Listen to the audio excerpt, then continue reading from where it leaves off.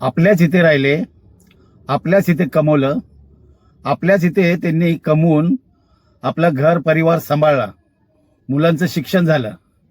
पण बोलतात ना काही बेईमान असतात ना, ते ह्याच्यातले आहेत.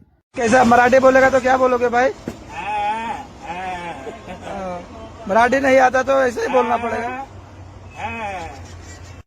अभी मैं गाली नहीं दे सकता. बघितलं ना तुम्ही व्हिडिओ. नमस्कार, ड्रायव्हित भावमध्ये आपल्या सर्वांचं स्वागत आहे. सगळे एकवटलेत, सगळे विचार करा, हे सगळे एकवटलेत. काय तर मराठी सक्ती यांना 3 महिने दिला होता वेळ, पण हे काय शिकले नाही.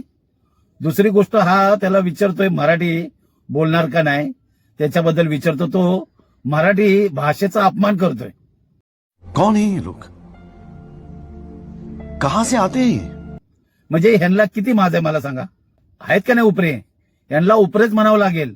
पण ह्याचं काय झालं माहितीये का? आपली मेहरबानी.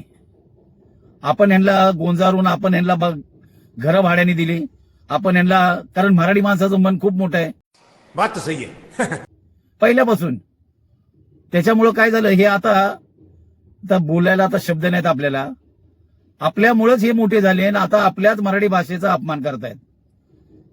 आहे की नाही? अशी स्थिती झाली या लोकांची. ह्यांना सहानुभूती नाही, ह्यांना एक ती माणुसकी नाही. ते मी कालच बोललो का नाही, खाऊन यांनी कुत्र्यासारखी टांग वर केली. क्या बात है सर, क्या बात है सर, क्या बात, ये बात है. अरे सर क्या बात. जर यांना माणुसकी असते ना, तर हे खरंच त्या मराठी भाषेचा अपमान कधीच केला नसता आणि मराठी भाषेचा मान राखला असता, महाराष्ट्राचा मान राखला असता.